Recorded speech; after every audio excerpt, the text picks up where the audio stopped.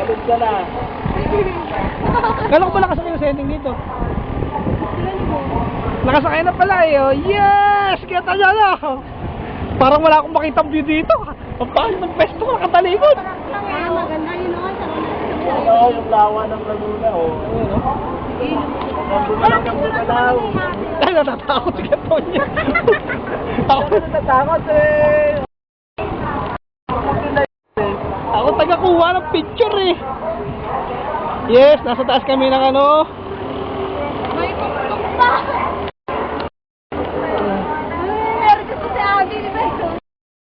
Ah, huwag malikot ko ha. Nandiyan ka pa naman. Dali ako.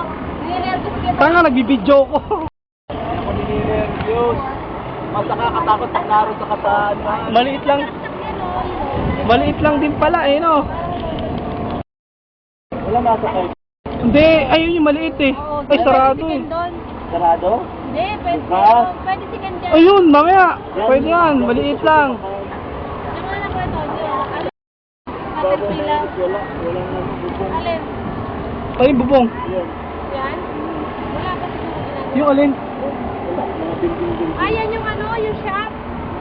Yung boutique yung bilihan ng mga souvenir. Oo. Sige, kaya. Bakit dati naman di ako natatakot? Ayun oh, ginagawa pa. Ay, may racetrack din doon. Ayun oh. Inerte ka na. Woo! Oh, grabe. Mas masarap pala talaga sa pwesto nyo dyan ah. Mali ang pwesto ko ah. Kasi kita ayo. Grabe. Mamaya, di pa naman umaandar eh. Yes! Ito,